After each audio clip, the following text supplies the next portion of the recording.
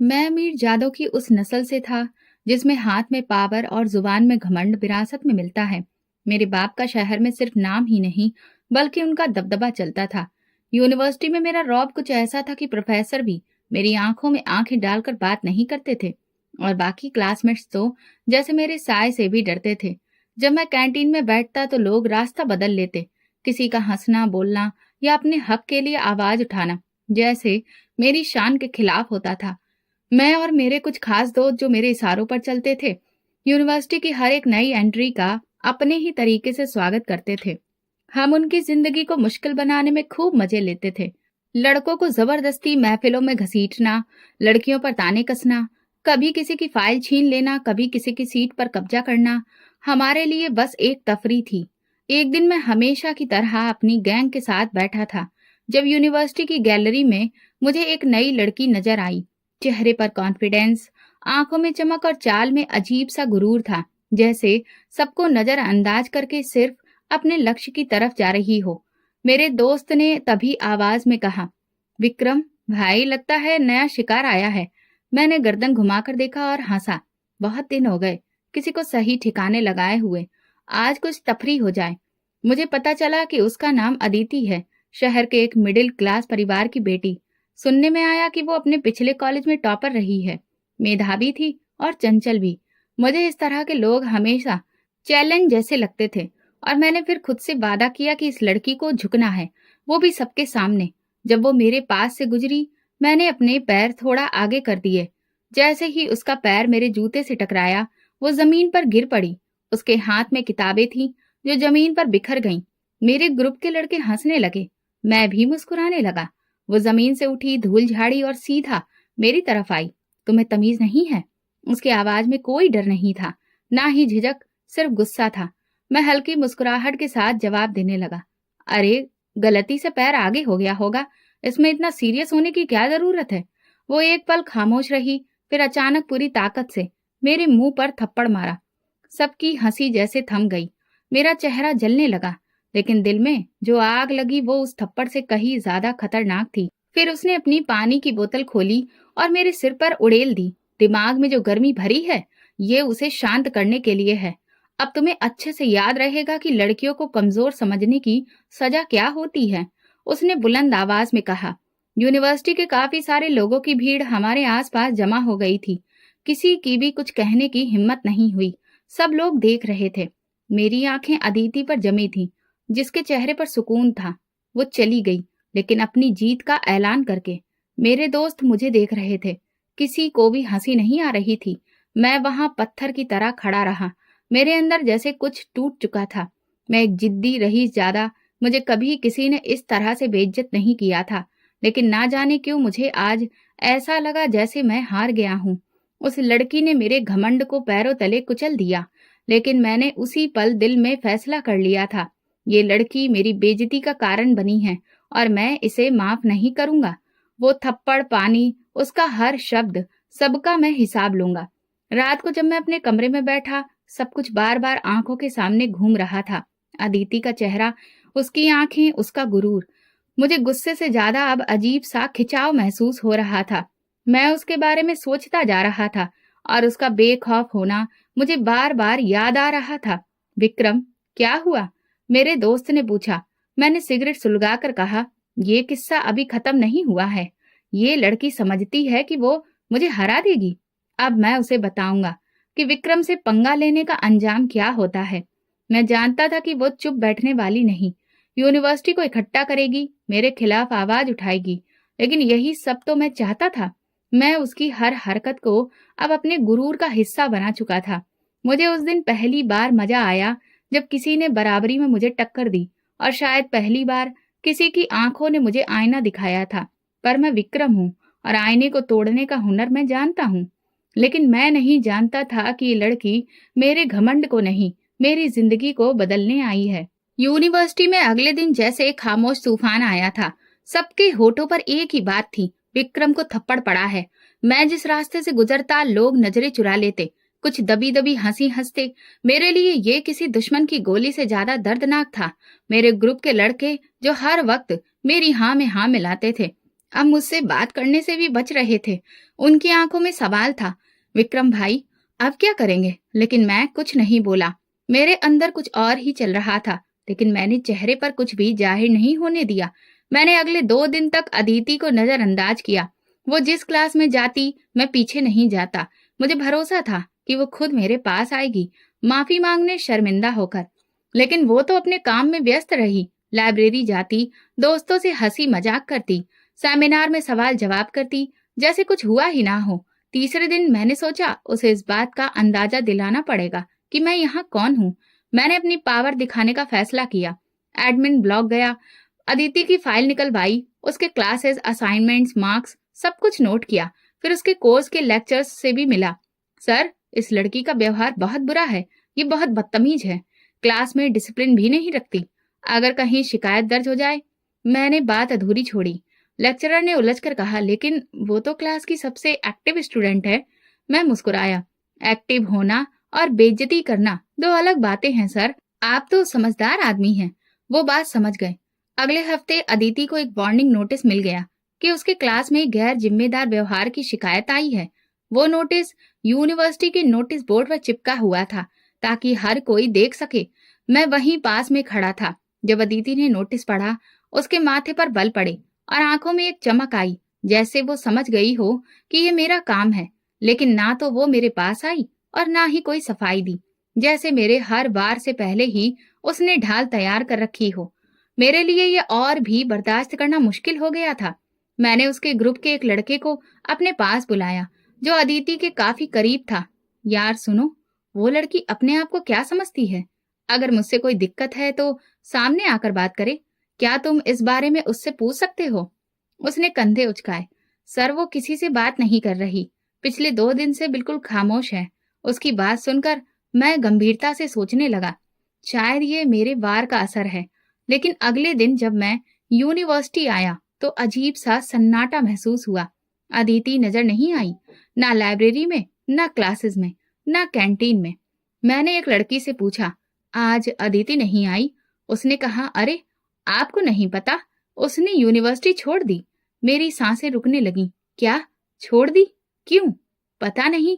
कह रही थी घर वालों को कुछ परेशानी है। मैं वहीं बैठ गया। ऐसा लगा जैसे मैदान खाली हो गया हो। जो जंग लड़नी थी, वो कॉम्पिटिटर ही गायब हो गया था।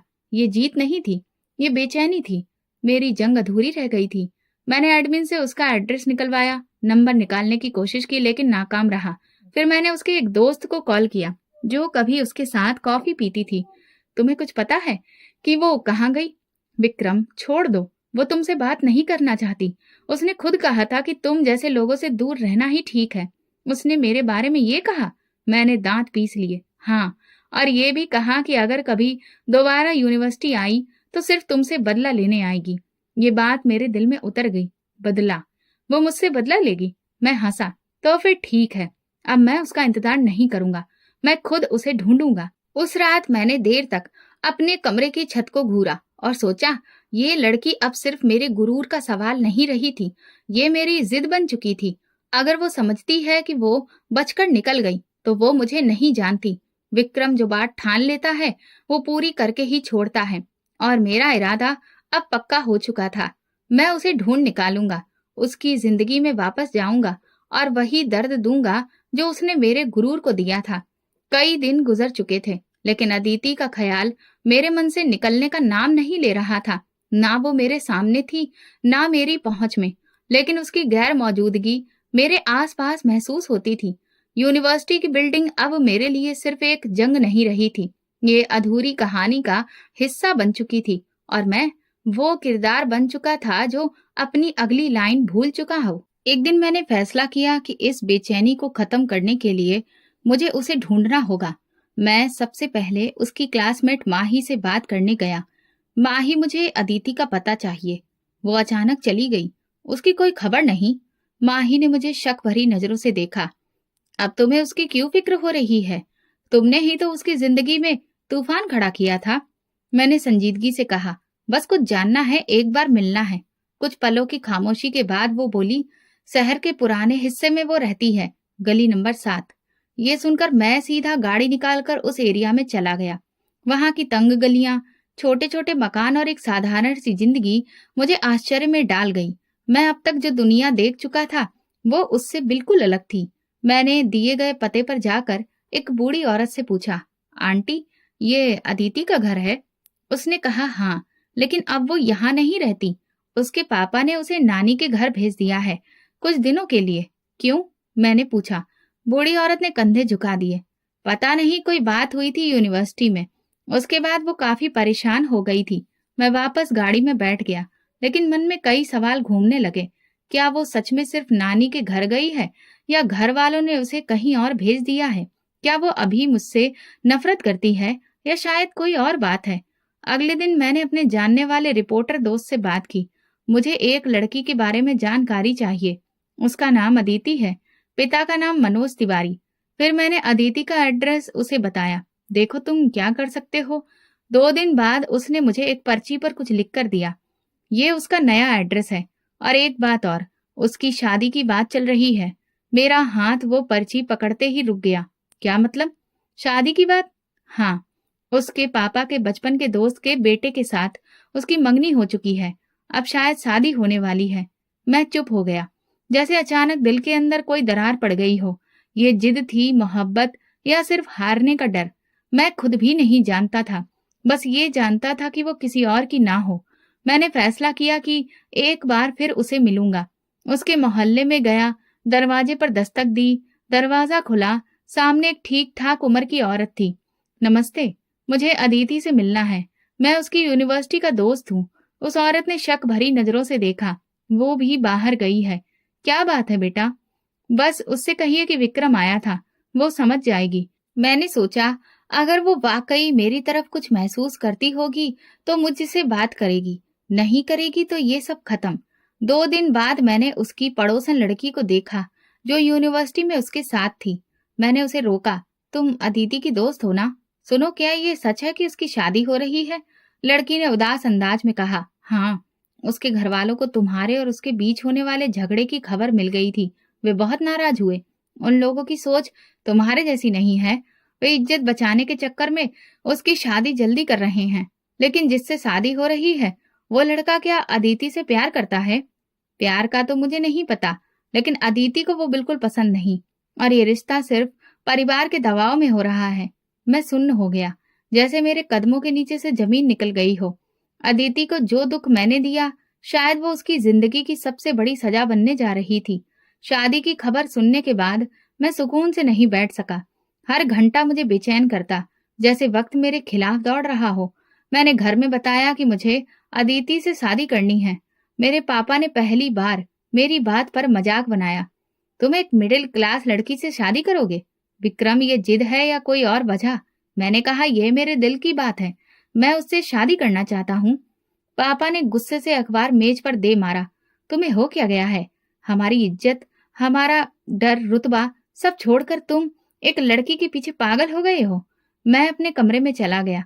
मुझे अंदाजा था कि यह आसान नहीं होगा, लेकिन मैं पीछे हटने वाला नहीं था। अगले दिन मैंने अदिति के मोहल्ले का रुख किया। गली के नुक्कड़ पर वही पड़ोसन लड़की मिली। मैंने उसे रोका। बस एक मैसेज देना है। अदिति से कहो मुझे एक बार मिले। लड़की ने इनकार किया। वो नहीं मिलेगी। उसके माँ बाप ने सख्ती से मना किया है। और वैसे भी शादी की तारीख तय हो चुकी है। कब है शादी? अगले हफ्ते। मेरे कदम वहीं जम गए। एक हफ्ता सिर्फ 7 दिन थे मेरे पास। मैं अगले ही दिन अदिति के घर के पास बाजार में उसे देख बैठा। उसके साथ उसकी माँ थी। वो कपड़े खरीद रही थी, लेकिन चेहरा उदास था, जैसे वो खुद इस फैसले का हिस्सा ना हो, सिर्फ नाटक कर रही हो, जो दूसरों की लिखी हुई कहानी में अपनी लाइनें बोल रही हो। जब उसकी माँ किसी और दुकान में गई तो मैंने फौरन उसका रास्ता रोका। वो चौंक गई, नजर चुराई और मुड़ने लगी, लेकिन मैंने धीरे से उसकी बाजू थाम ली। अदिति, एक बार मेरी बात सुन लो प्लीज। उसने नजरें उठाकर मुझे देखा। विक्रम, तुम यहाँ क्यों आए हो?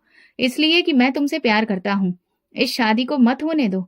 मैं सच में बदल चुका हूँ। उसने तंज भरी मुस्कुराहट दी। तुम बदल गए हो? जब तुमने मुझे नीचा दिखाया था, तब ये ख्याल क्यों नहीं आया तुम्हें? मेरी इज्जत को तमाशा बनाने में तुम्हें खुशी मिली थी, और आज तुम मोहब्बत की बातें कर रहे हो। मैं जानता हूँ कि मुझसे गलती हुई, लेकिन मैं खुद को सजा दे चुका हूँ। तुम्हारे बिना जी नहीं पाऊंगा। वो चुप रही। सिर्फ एक बार बोली, विक्रम, मेरे लिए सब कुछ खत्म हो चुका है, तुम्हें ये बात समझनी चाहिए। वो चली गई।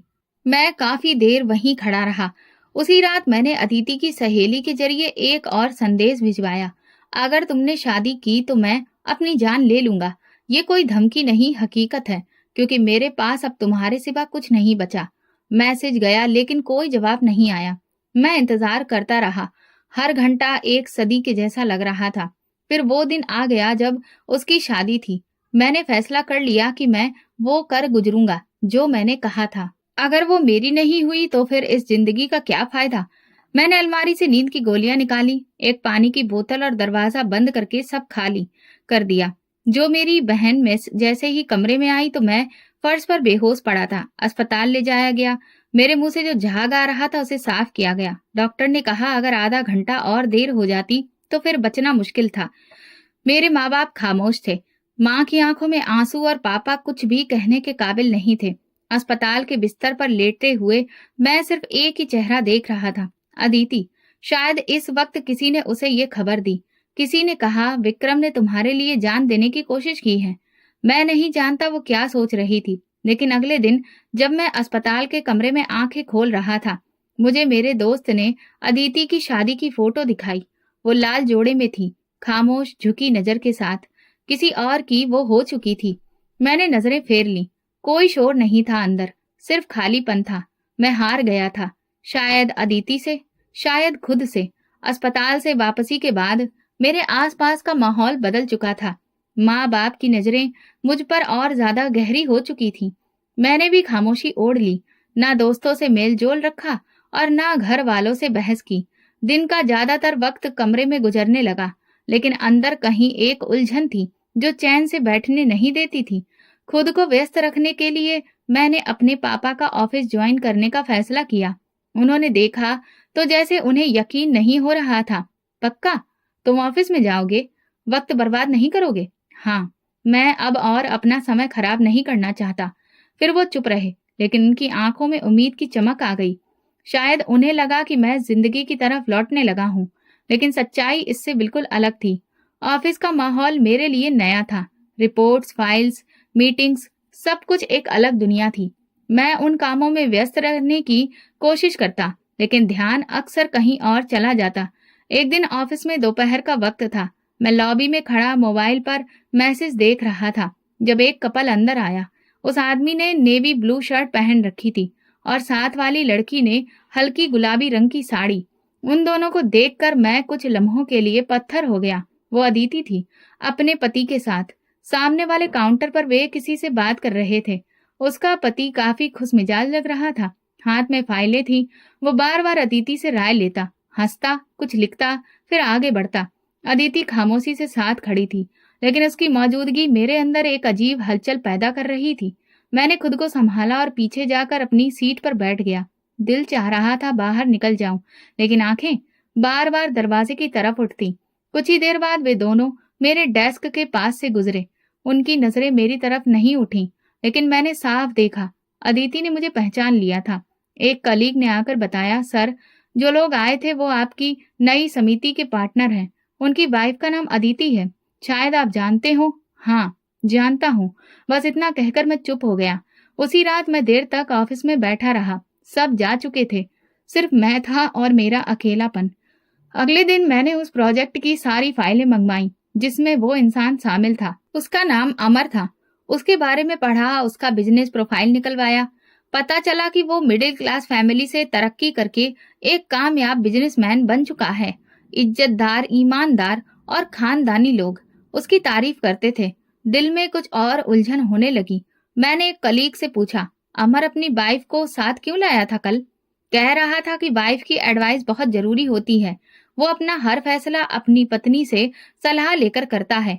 ये सुनते ही मुझे जैसे किसी ने आईना दिखा दिया हो। मैं जिसे कमजोर और आम समझता था, वो आज किसी के फैसलों में शामिल थी, इज्जत के साथ, मोहब्बत के साथ, और मैं सिर्फ एक अतीत था। मैंने अगले हफ्ते में अमर से एक मीटिंग रखी। मकसद सिर्फ एक था, उसे करीब से जानना। मीटिंग में वो खुलकर बात करता रहा, अपने प्रोजेक्ट्स और एम्बिशंस के बारे में बताता रहा। मैं सुनता रहा। सिर हिलाता रहा, लेकिन अंदर ही अंदर किसी और जंग में उलझा हुआ था। जब वो जाने लगा तो मैंने कहा, अमर साहब, आपकी पत्नी बड़ी खुशनसीब है जो आप जैसे पति उन्हें मिले हैं। वो मुस्कुराया। नहीं, लकी तो मैं हूं जो अदिति जैसी समझदार और वफादार पत्नी मिली है। ये सुनकर मेरा दिल और डूब गया।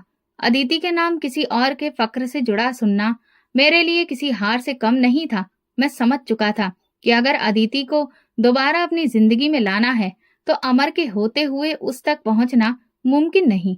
उसके आसपास मौजूद दीवारों को कमजोर करना पड़ेगा, और उन दीवारों में सबसे मजबूत अमर ही था। वो उसका पति था, उसका रखवाला, उसका भरोसा। मुझे वही भरोसा तोड़ना था। मैंने अमर के साथ काम के बहाने और ज्यादा वक्त गुजारना शुरू किया। हर मीटिंग में हल्की बातों से शुरुआत, धीरे धीरे उसके पर्सनल मामलों की तरफ मैं बढ़ता गया। वो बेफिक्र इंसान था, दूसरों की बातों में जल्दी आ जाता था। एक दिन मैंने उससे पूछा, अमर, तुम्हारी शादी को कितना वक्त हुआ है? बस 4 महीने। और अदिति कैसी पत्नी है? वो मुस्कुराया। समझदार है, लेकिन थोड़ी खामोश मिजाज है। कम बोलती है और अपनी बातें अपने तक रखती है। ये तो अच्छी बात है, लेकिन कभी कभी खामोशी बहुत कुछ छुपा भी लेती है। मैं इस बात को यूं ही छोड़ दिया। उसने चौंक कर मेरी तरफ देखा। क्या मतलब? नहीं, बस यूं ही कहा। मैं किसी पर शक नहीं कर रहा। अदिति समझदार लगती है। शायद कुछ बातें वो अतीत में छोड़ आई हो, जिन पर अब वो पर्दा डालना बेहतर समझती है। अमर खामोश हो गया। मैंने बात बदल दी, लेकिन शक का बीज बो चुका था। अगले दिन मैं ऑफिस की कैंटीन में अमर को अकेले बैठा देखा। उसके पास जाकर बैठ गया। वो उलझा हुआ लग रहा था। सब ठीक है? हाँ, बस थोड़ा सा टेंशन है। कभी कभी लगता है कि अदिति दिल से मेरे साथ नहीं है। शायद वो किसी और को नहीं भूल पाई है। मैंने नरमी से कहा, जैसे सिर्फ हमदर्दी का इजहार कर रहा हूँ। क्या तुम कुछ जानते हो विक्रम? अरे नहीं यार, बस अंदाजा है। यूनिवर्सिटी में कुछ सुना था, लेकिन तुम्हें बताना ठीक नहीं समझा। अब बताओ। वो जिद पर आ गया। यूनिवर्सिटी में उसका किसी के साथ झगड़ा हुआ था। वो लड़का उसके पीछे दीवाना हो गया था। सुना है उसने खुद की जान लेने की भी कोशिश की थी। बहुत सी बातें थी, लेकिन मुझे लगा शादी के बाद सब खत्म हो गया होगा। अमर की आंखों में उलझन दिखने लगी। वो लड़का कौन था? मैं हंसा। अरे यार, रहने दो। वो बातें पुरानी थी, और मैं ही चाहता था कि तुम दोनों के बीच कुछ हो। यही वो बात थी जिसने उसके दिल में शक का कांटा गाड़ दिया। अगले कुछ दिनों में मैंने और भी कुछ बातों को छेड़ना शुरू किया। अदिति आजकल कुछ उलझी उलझी लगती है। तुमने महसूस नहीं किया? या फिर याद है, तुमने कहा था वो मोबाइल बहुत कम इस्तेमाल करती है। मैं जानता था कि अमर बहुत जल्दी भरोसा करने वाला इंसान है, लेकिन वही लोग जब धोखा महसूस करते हैं तो सबसे ज्यादा टूटते हैं। कुछ दिन बाद अमर ने ऑफिस में मुझसे पूछा, विक्रम, तुम्हारे पास अदिति की यूनिवर्सिटी की कोई तस्वीर या खबर है? मैं जानना चाहता हूँ, वाकई में कुछ था या नहीं। मैंने उस लम्हे का बहुत इंतजार किया था। मैंने अपनी पुरानी फाइल में से एक ग्रुप फोटो निकाली, जिसमें अदिति और मैं एक ही लाइन में खड़े थे। तस्वीर तो साधारण थी, लेकिन वक्त और माहौल ने उसे खास बना दिया था। बस एक यादगार है, बाकी तुम खुद अंदाजा लगा लो। उसी शाम मुझे पता चला कि अमर और अदिति के बीच पहली बार तीखी बहस का झगड़ा हुआ। अमर ने सवाल किया और अदिति ने सफाई दी, मगर शक के एक बार जन्म लेने के बाद हर सच और हर बात झूठ लगने लगती है। अगले दिन अमर ऑफिस आया तो खामोश था। मैंने कुछ नहीं पूछा, उसे खुद ही कहना था, विक्रम, तुम ठीक थे। शायद मैंने बहुत जल्दी भरोसा कर लिया। अदिति मुझसे कुछ छुपा रही है। मुझे अफसोस है कि तुम्हें ये सब सुनना पड़ा, लेकिन सच्चाई जानना जरूरी था। इस हफ्ते मैं अदिति को पहली बार अकेले देखा, एक पार्किंग लॉट में। वो गाड़ी में बैठी थी, आंखें नम थी। शायद अमर ने उसे दोबारा कुछ कहा होगा, या फिर शक ने उसकी जिंदगी में जहर घोल दिया। मैंने दूर से देखा और दिल में सोचा, ये तो सिर्फ शुरुआत है। अब वो टूटेगी, और जब वो पूरी तरह से बिखर जाएगी तब मैं सामने आऊंगा, जैसे एक मसीहा आता है। ऑफिस में काम के दौरान एक दिन अमर मेरे कैबिन में आया। थका हुआ चेहरा, आंखों में बेयकीनी, हाथ में फाइल थी, लेकिन वो मेज पर रखने की बजाय मेरे सामने खड़ा रहा। विक्रम, क्या तुम वाकई में समझते हो कि कुछ लोग शादी के काबिल नहीं होते? मैंने आंख उठाकर उसे देखा। ये बात तो इस पर डिपेंड करती है कि शादी मोहब्बत पर हुई थी या सिर्फ मजबूरी पर। अमर कुर्सी पर बैठ गया। वो चुप रहा, फिर बोला, मैंने उसे तलाक दे दिया है। मेरे दिल में जैसे एक लहर सी दौड़ गई। मैं बड़ी मुश्किल से अपनी मुस्कुराहट को रोक पाया और फिर बड़े ही संजीदगी लाते हुए लहजे में बोला, मुझे लगता है तुमने सोच समझकर फैसला किया होगा। हाँ, बहुत सोचा। तुम्हारे बताए कुछ इशारे और अपनी शर्तों, उन सब ने हमें एक ऐसी हद तक पहुंचा दिया जहां वापसी मुमकिन नहीं रही। अदिति के व्यवहार में हमेशा एक दूरी थी। वो मेरे साथ थी लेकिन दिल कहीं और था। मैं तुम्हारे साथ हूं अमर, अगर कभी किसी मदद की जरूरत हो तो। नहीं, अब किसी चीज की जरूरत नहीं। मैंने फैसला कर लिया है। अमर उठकर चला गया और मेरे मन में सिर्फ एक आवाज गूंजी, अदिति अब आजाद है। मैं जानता था अब वक्त बर्बाद नहीं करना चाहिए। वो पल आ चुका था जिसका मैं महीनों से इंतजार कर रहा था। एक बार फिर मैंने पापा के सामने बात छेड़ी, पापा मुझे अदिति से शादी करनी है। इस बार वो तलाकशुदा है, लेकिन मैं उसे अपना नाम देना चाहता हूँ। पापा ने मेज पर जोर से हाथ मारा। तुम्हें हो क्या गया है विक्रम? पहले भी रोका था और अब तो वो तलाकशुदा है। क्या दुनिया में लड़कियां खत्म हो गई हैं? दुनिया जो भी कहे, मुझे कोई परवाह नहीं। आप सिर्फ इतना समझिए कि ये मेरी जिंदगी का सवाल है। माँ भी कमरे में आ गई। विक्रम बेटा, लोग क्या कहेंगे? हमारी हैसियत, इज्जत। अगर आपको मेरी जिंदगी की फिक्र है तो बस एक बार मेरा साथ दे दीजिए। मैं किसी से नजर नहीं चुराऊंगा। खुलेआम सबके सामने शादी करना चाहता हूँ। उन दोनों की खामोशी अब मेरे हक में आ चुकी थी। आखिरकार जब मैंने 3 दिन तक खाना छोड़ रखा और उनके सामने बोलना बंद कर दिया तो पापा ने एक शाम कहा, ठीक है, रिश्ता लेकर चलते हैं, लेकिन याद रखना अब की बार अगर कोई गलती हुई तो हम तुम्हें कभी माफ नहीं करेंगे। मैंने इस बात पर सिर हिलाया। मुझे किसी माफी की जरूरत नहीं थी क्योंकि ये सब मेरे प्लान का ही हिस्सा था। 2 दिन बाद हम अदिति के घर गए। दरवाजा उसकी माँ ने खोला। पापा ने कुछ औपचारिक बातें की और फिर कहा, हम रिश्ता लेकर आए हैं। हमारे बेटे को आपकी बेटी से शादी करनी है। उसके पापा कुछ देर चुप रहे, फिर बोले, हमें हैरत है, पहले भी यही लड़का था जिसकी वजह से हमारी बेटी बदनाम हुई और अब वही शादी भी करना चाहता है। पापा ने तुरंत जवाब दिया, इस बार हम खुद आए हैं और आपको इज्जत से बेटी का हक देना चाहते हैं। उनके चेहरे पर नरमी आ गई। अदिति खुद क्या चाहती है? कमरे के कोने में बैठी अदिति चुपचाप सब कुछ सुन रही थी। उसे बुलाया गया। वो सामने आई, सिर झुकाए हुए धीरे से बोली, अगर पापा तैयार हैं तो मुझे कोई ऐतराज नहीं है। ये शब्द मेरी जीत का डंका बजा रहे थे। मैं जानता था उसकी हाँ में सच्चाई नहीं थी, शायद थकान थी, लेकिन मुझे उसकी थकान से कोई मतलब नहीं था। मुझे तो बस शादी करनी थी। वापसी पर पापा खामोश गाड़ी में बैठे हुए थे। फिर बोले, विक्रम हमने तुम्हारी जिद मान ली, अब ये रिश्ता इज्जत से निभाने की कोशिश करना। उस रात मैंने अदिति को मैसेज किया, शादी से पहले का पहला मैसेज, तुम्हारे बगैर जीना मुश्किल लगता है। तुम्हारी खामोशी ने मुझे जिता दिया। बस थोड़ा और सब्र, तुम अब मेरी होने वाली हो। उसने जवाब नहीं दिया, लेकिन मुझे उसकी खामोशी का मतलब पता था। हमारी मंगनी बहुत सादगी से हुई, ना कोई शोर, ना कोई रस्मों की भरमार। दोनों घरों में खामोशी का समा था, जैसे सब जानते हो कि ये रिश्ता खुशी से नहीं, हालात से जुड़ा है। लेकिन मेरे लिए ये खामोशी सबसे बड़ी कामयाबी थी। मैंने वो मुकाम पा लिया था जहां से अपनी अगली चाल बहुत आसानी से चली जा सकती थी। मंगनी के अगले दिन ही मैंने अदिति को मैसेज किया, कभी सोचा भी नहीं था कि तुम मेरी जिंदगी में इस तरह वापस आओगी। अब की बार सब कुछ ठीक होगा। जवाब 2 दिन बाद आया, बस प्रार्थना है कि जो कुछ हुआ उससे आगे बेहतर हो। अब मैं अपने आप को बहुत सच्चा और नरम दिल दिखाने लगा।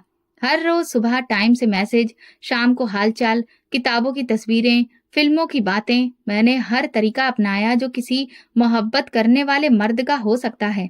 एक दिन मैंने पूछा, तुम्हें मेरी बातों से उलझन तो नहीं होती? अदिति ने कहा, नहीं, बस कुछ वक्त लगेगा सब कुछ नॉर्मल होने में।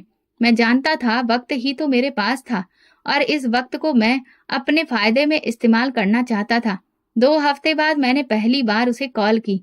अदिति, कभी लगा क्या हम एक दूसरे से इस तरह से बात करेंगे? नहीं, सच कहूं तो नहीं लगा था, और अब कुछ चीजें वक्त के साथ बदल जाती हैं। मैंने बात आगे नहीं बढ़ाई, लेकिन दिल में एक और निशान लगा लिया। जितना वो नरम हो रही थी उतना ही मेरा प्लान सख्त हो रहा था। हफ्ते में एक बार मैं उसके घर जाता, माँ के हाथ की चाय, छोटे भाई की शरारत और अदिति की खामोश मौजूदगी में सब कुछ बर्दाश्त करता, बल्कि प्यार से जवाब देता। एक दिन मैंने उसके छोटे भाई को साइकिल लेकर दी, माँ को साड़ी दी, पापा के लिए अच्छी कमीज लाया। मैं वो सब कुछ कर रहा था जो एक बेहतरीन दामाद करता है, लेकिन हर अमल मेरे अंदर की एक कड़ी लहर को दबाने के लिए था। जो सिर्फ सही वक्त का इंतजार कर रही थी। मंगनी के 1 महीने बाद अदिति ने पहली बार खुद से मैसेज किया, विक्रम, लगता है तुम सच में बदल गए हो। मैंने जवाब दिया, तुमने मुझे बदल दिया। तुम ही वो वजह हो जिसने मुझे खुद को पहचानने पर मजबूर किया। इसके बाद वो मुझसे ज्यादा खुलकर बात करने लगी। कभी पुरानी तस्वीर, कभी यूनिवर्सिटी की यादें, कभी सवाल कि क्या वाकई तुमने मेरी खातिर वो सब किया था। मैं हर बार सच्चाई के रंग में खुद को लपेटता और वो हर बार बेखबर भरोसा करती रही। एक दिन शाम को फोन पर उसकी आवाज हल्की सी कांप रही थी, विक्रम, मुझे लगता है मैं तुमसे फिर से प्यार करने लगी हूँ, और इस बार शायद पहले से ज्यादा। मैंने आंखें बंद करके गहरी सांस ली।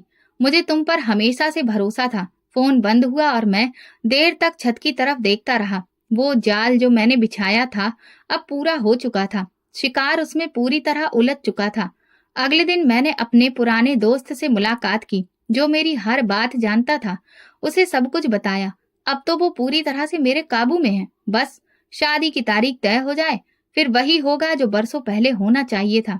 दोस्त ने हंसते हुए कहा, कमाल है विक्रम, तुमने तो दिल ही तोड़ दिया। नहीं, अभी दिल नहीं टूटा। अभी तो सिर्फ मोहब्बत का खोल चढ़ाया है। दिल तो उस दिन तोड़ूंगा जब वो सोचेगी कि वो सच में खुश है, और मैं उससे वो सब छीन लूंगा। मेरी हर मुस्कुराहट, हर वादा, हर मोहब्बत भरा जुमला सब धोखा था। वो धोखा जो मैंने अपने गुरूर को खुश करने के लिए रचाया था। अदिति पूरी तरह से मेरे कंट्रोल में थी। वो जो कभी मेरे खिलाफ सबके सामने खड़ी थी, अब मेरी एक कॉल पर मुस्कुरा देती थी। शादी का प्रोग्राम बिल्कुल साधारण था। ऐसा लग रहा था जैसे सबने एक दिशा पकड़ ली हो, लेकिन मेरे अंदर एक और ही तरह की सुकून की लहर दौड़ रही थी। वो सुकून जो किसी आज के मुहाने पर खड़े होकर मिलता है, वो आग जैसे मैं बरसों से पाल रहा था। शादी के वक्त मैं बहुत खुश था, जिसे दूसरे शायद मेरी किसी और खुशी की वजह समझ रहे थे, लेकिन मेरे लिए ये किसी पुरानी दुश्मनी की जीत का ऐलान था। रात गए अदिति मेरे कमरे में आई। दुल्हन का लिबास, माथे पर छोटी सी बिंदी, हाथ में चूड़ियों की खनक, सब कुछ वैसा ही था जैसे किसी फिल्म का नजारा होता है। लेकिन मेरी कहानी की स्क्रिप्ट कुछ और ही लिखी जा चुकी थी। मैं बेड पर टेक लगाए बैठा था। जैसे ही वो पास आकर बैठने लगी, मैं सीधा होकर बैठ गया। तुम्हें लग रहा होगा कि तुमने सही फैसला किया है, मैंने उसकी तरफ देखे बिना कहा। वो चौंकी, लेकिन फिर खुद को संभाल कर बोली, मैंने सिर्फ वक्त के फैसले को अपना लिया है, वक्त नहीं। तुमने मेरी मर्जी को ठुकराया है, और आज मैं तुम्हें वो तोहफा देने वाला हूँ जो शायद किसी पति ने अपनी पत्नी को ना दिया हो। उसके चेहरे पर सवाल था। क्या मतलब? मैं हंसते हुए बोला, मुंह दिखाई का तोहफा जो तुम्हें सुबह मिलेगा और तुम हैरान रह जाओगी। वो कुछ कहने लगी, लेकिन मैंने जेब से एक नेकलेस निकाला और उसके गले में डालने की कोशिश की, फिर एक झटके से खींच लिया। वो लड़खड़ा गई, आंखों में दर्द के आंसू भर आए। ये कैसा मजाक है? उसने रोते हुए पूछा। ये मजाक नहीं, ये तो शुरुआत है। तुम्हें याद है, तुमने सबके सामने मुझे बेइज्जत किया था। आज उसी बेइज्जती का पहला अंजाम तुम्हें मिला है। वो पीछे हटने लगी, लेकिन मैंने उसका हाथ मजबूती से पकड़ लिया। यहाँ से बाहर जाने के बारे में सोचना भी मत। शादी करके लाया हूँ, तुम पर पूरा हक है मेरा। विक्रम, तुम होश में तो हो? उसकी आवाज कांप रही थी। होश? उसी दिन था जब तुमने सबके सामने मुझे थप्पड़ मारा था। अब मेरा वक्त है। तुमने मेरे गुरूर को तोड़ा था, अब तुम्हें टूटना पड़ेगा। वो कोशिश करती रही खुद को छुड़वाने की, लेकिन मैंने कमरे का दरवाजा बंद कर दिया। उसकी सिसकियां दीवारों से टकरा रही थी, लेकिन मेरी सोचने समझने की क्षमता खत्म हो चुकी थी। मुझे जाने दो विक्रम, प्लीज। मैं तुमसे माफी भी मांग चुकी हूँ। क्या तुम्हें अब भी सुकून नहीं मिला? अभी कहाँ मिला है? अभी तो रात शुरू हुई है। तुम्हें वो सब कुछ महसूस करना है जो मैंने सहा, बल्कि उससे भी ज्यादा। रात का हर लम्हा उसके लिए एक कैद खाना बन गया। मैंने उसे मानसिक रूप से ही नहीं, हर तरह से तोड़ देने की पूरी कोशिश की। सुबह जब वो नींद में टूटी हुई बिस्तर के कोने में बैठी थी, मैंने साइड टेबल से एक फाइल निकाली। ये है तुम्हारा मुंह दिखाई का तोहफा। उसने कांपते हाथों से फाइल खोली। तलाक के कागज। तुम ये क्या कर रहे हो विक्रम? क्योंकि तुम सिर्फ मेरे अहंकार का शिकार थी। मुझे तुमसे कभी प्यार नहीं था। ये सब एक प्लान था, और तुम उस प्लान का हिस्सा। वो कुछ कहने के काबिल ही नहीं रही। उसकी आंखों से लगातार आंसू बहते रहे, और चेहरे पर ऐसा सदमा था जो कि शब्दों से बयान ही नहीं हो सकता था। याद है, तुम खुद को बहुत समझदार समझती थी, टॉपर, बागी। आज देख लो, तुम भी एक मोहरा बनकर रह गई हो। और हाँ, ये पैसे ले लो, तुम्हारी कल रात की कीमत। मैंने कुछ नोट उसके सामने फेंके। उसने नोटों को नहीं देखा, बस मुझे घूरती रही। तुमने जो किया उसका अंजाम तुम्हें खुद भुगतना होगा। मैं हंस पड़ा। हो सकता है, लेकिन आज की रात मेरी थी और तुम एक कैदी, यही काफी है। वो खामोशी से उठी, नेकलेस जो उसकी गर्दन में लटका था उसे खोला और मेज पर रखा, फिर दरवाजा खोलकर बाहर चली गई। मैंने एक लंबी सांस ली और खुद से कहा, ये तो सिर्फ शुरुआत है। सुबह जब मेरे माँ बाप ने दरवाजा खोला तो अदिति जा चुकी थी। ना कोई सामान, ना कोई बात, सिर्फ वो पैसे मेज पर रखे थे जो मैंने कल रात फेंके थे, और साथ में वो नेकलेस जो शादी की रात जबरदस्ती पहनाया था। मेरी माँ ने वो चीजें उठाई और चौंक गई। ये क्या है? अदिति कहाँ गई? मैंने धीरे से कहा। चली गई, उसे तलाक दे दिया है। पापा कुर्सी से उठ गए। तुम होश में तो हो विक्रम? बिल्कुल। शादी हुई और एक दिन बाद खत्म, यही सब कुछ काफी था। इस बात का बदला लिया तुमने। वो तो पहले ही टूटी हुई थी, तुम्हें और क्या चाहिए था? माँ की आंखों में भी यकीन नहीं था। मुझे वो चाहिए था जो बरसों पहले उसने मुझसे छीन लिया था, इज्जत, गुरूर। पापा ने सख्त लहजे में कहा, विक्रम, ये इज्जत ऐसे वापस नहीं आती। तुमने खुद को बर्बाद कर लिया है। मैंने कोई जवाब नहीं दिया। दिल में सिर्फ एक बात थी, मेरा काम पूरा हो गया। दोपहर तक बात मोहल्ले में फैल चुकी थी। शादी के अगले दिन ही तलाक। लोग हैरान थे, बातें कर रहे थे, मगर मैं कमरे में खामोश बैठा था। अदिति के घर पर भी माहौल बदल चुका था। उसके माँ बाप ने जब उसे दरवाजे पर देखा तो पहले तो कुछ समझ नहीं पाए, लेकिन उसकी खामोशी, खाली हाथ और आंखों में उदासी सब कुछ बयां कर गए। क्या हुआ? माँ ने पूछा। उसने हाथ में पकड़े कागज उनके सामने रखे और सिर्फ इतना कहा, तलाक हो गया है। उसके पापा ने कागज देखे और कुर्सी पर बैठ गए। ना वो ठीक से बोले, ना कुछ कहा। माँ के आंसू बहने लगे, लेकिन अदिति चुप रही, जैसे सब कुछ पहले से जानती हो। अगले दिन एक पुराना जानने वाला मेरे ऑफिस आया। चेहरे से वो अदिति के मोहल्ले का लग रहा था। विक्रम, सब लोग कह रहे हैं कि आपने बहुत गलत किया। वो लड़की तो पहले ही सब कुछ हार चुकी थी, अब आपने उसे और बेइज्जत कर दिया। ये मेरा पर्सनल मैटर है, किसी को भी हक नहीं है कि इसमें बोले। आप ठीक कह रहे हैं, लेकिन कभी कभी पर्सनल फैसले दूसरों के लिए भी बात करने का मुद्दा बन जाते हैं। वो उठा और चला गया, लेकिन उसकी बात मेरे मन में रह गई। शाम को मैं ऑफिस से वापसी पर सड़क किनारे एक छोटे से होटल के सामने गाड़ी रोकी। वहां बैठे कुछ लड़के हंसी मजाक में अदिति की ही बातें कर रहे थे। सुना है विक्रम ने एक दिन बाद ही तलाक दे दिया बेचारी को। बेचारी कुछ नहीं, बस शादी कर लेने का सामान बन गई है। मैंने उनकी बातें सुनी और चुपचाप वहां से वापस आ गया। लोगों की जुबान पर जो बात मैं चाहता था वो आ चुकी थी, लेकिन अब उन बातों में खुशी महसूस नहीं हो रही थी।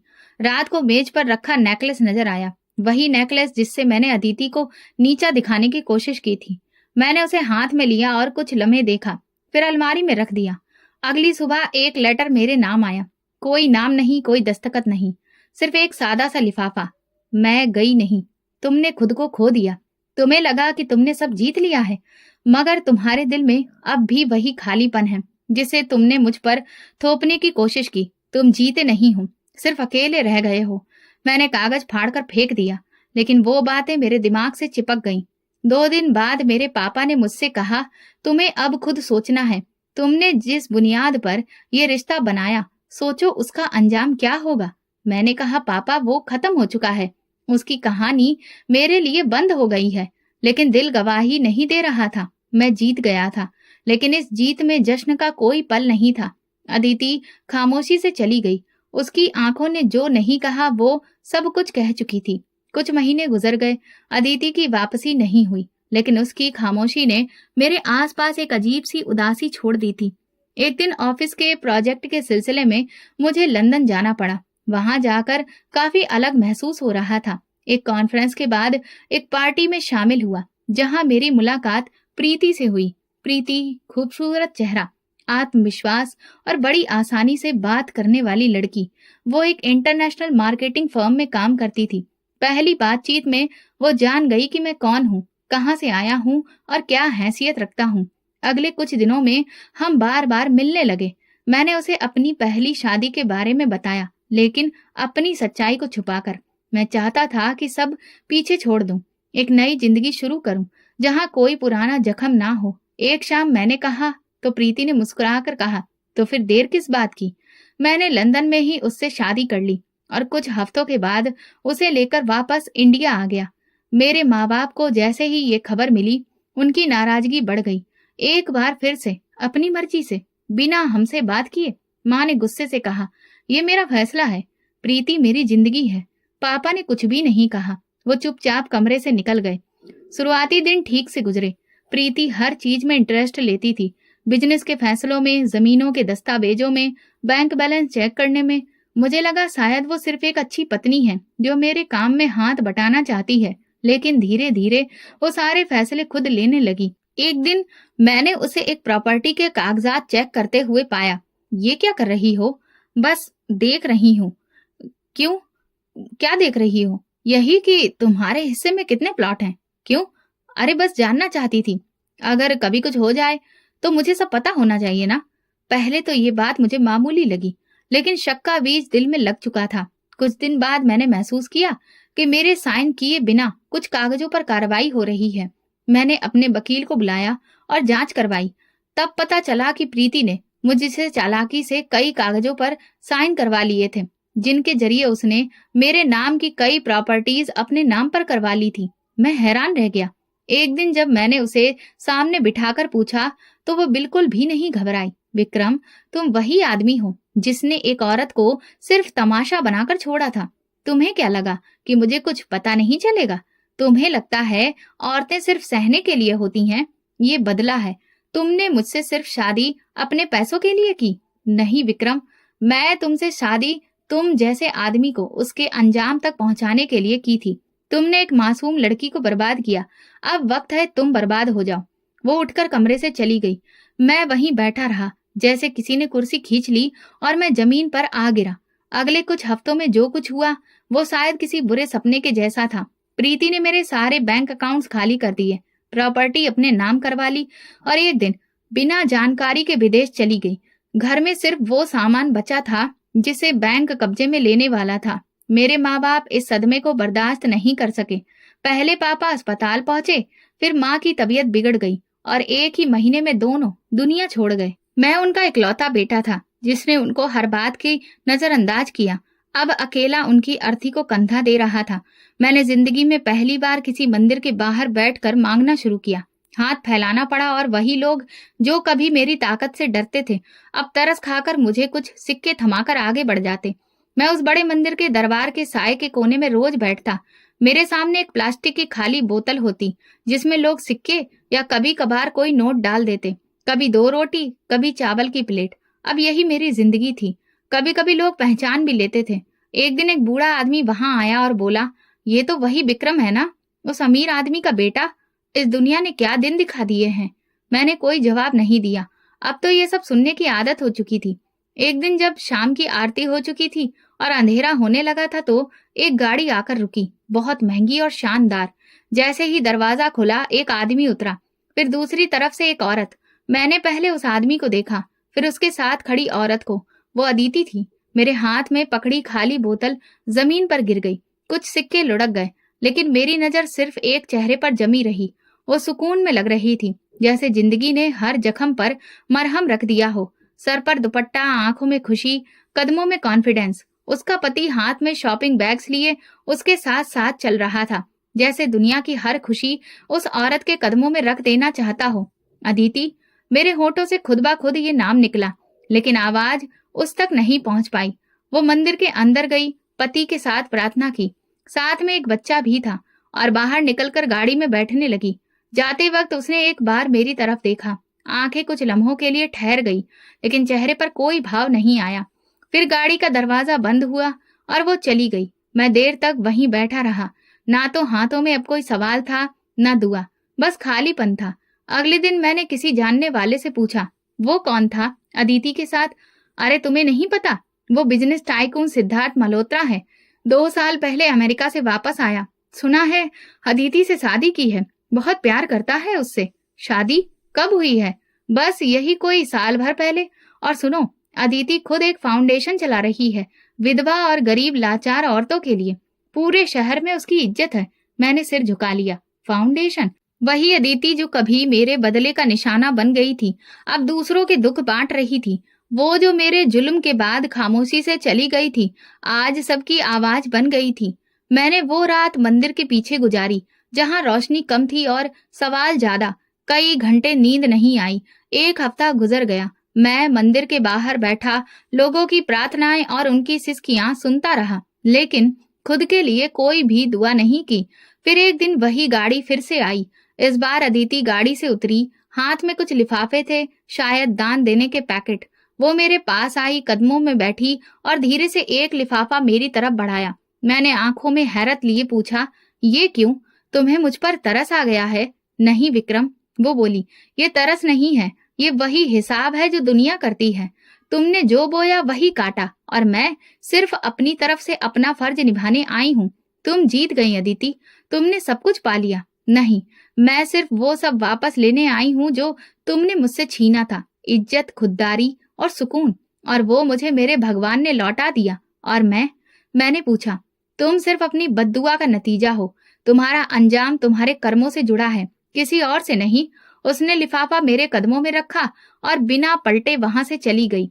मैंने वो लिफाफा नहीं खोला, बस वहीं पड़ा रहने दिया, जैसे कि वो मेरी हैसियत की निशानी हो।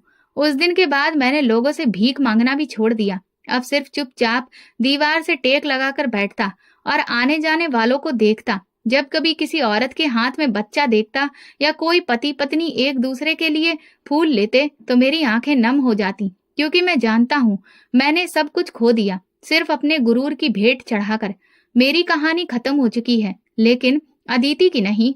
उसका सफर जारी है। उसका नाम अब सम्मान से लिया जाता है, और मैं सिर्फ एक भूली बिसरी याद हूँ। एक ऐसा अंजाम जिसे लोग देखते हैं और सीखते हैं कि इंसान जब अपने रास्ते से हट जाता है तो अंजाम से वापस उसी जमीन पर लुढ़कता है जहां से वो उड़ान के सपने देखता था।